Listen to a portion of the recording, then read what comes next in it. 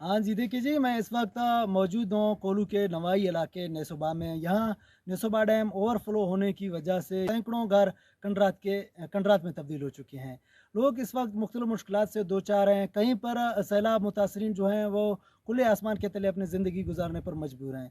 इस वक्त लोग मुख्तलिफ मुश्किलात से दो चार हैं। मेरे पास एक मुतासरीन मौजूद है, उनसे जानते हैं कि वो क्या कहते हैं। Hiç idin Hüseyin. Ne da atka ऐसी आ गए बिल्कुल जुज गए करा दिया गए मई लोग ऐसी नियत का न सरकारी पंजा सर्दिस मर्दम मई लोग अस्ता औला में गोर गए सा जीबेगा में ढोए सो मसी हंदा आत करा हमा पुरुष हंदा कप्तियां कोटल कारेनिया कोटल आफा पुरा आके आफा बुतागा अर्द तारीका मैं हमेशा सैला बंगा फगयात का हमेश कोर माथी चुक कश्तगा मैं नोह कमरा शिशोबा गिंद गए कि बिल्कुल ज़मीन बोस्क थी मार हम गुड्डी रोशा मीर नसीबुल्ला खां डीसी साहेब शेरमोहन साहेब रसालदारात को ठंड या यक मरदा थे पता कमड़ो राशन मरदा थे मैं सरकार अपीलें डीसी साहिबा मिनिस्टर एजुकेशन साहिबा वज़ीर आला साहिबा कि मैं तामीरतनी कार वास्ता चाहिए मारूम दादा खना कि मासी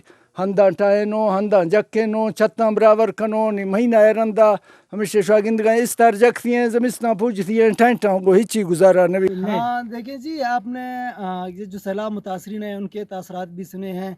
ये जब खैमा बस्ती में गए हैं, सैलाब कैंप में गए हैं, वहाँ जब इनको कोई सहूलत ना मिली तो वो अपने बोसीदा घरों को लौट चुके हैं। इस वक्त ये मुख्तलिफ मुश्किलात से दो चार हैं और बेबसी की तस्वीर बने हुए हैं। हुकूमती इमदाद के मुंतज़र हैं, लेकिन हुकूमत की जानिब से ताहाल इन तक इमदादी जो सरगर्मियाँ हैं वो पहुँच ना सकी हैं। जी।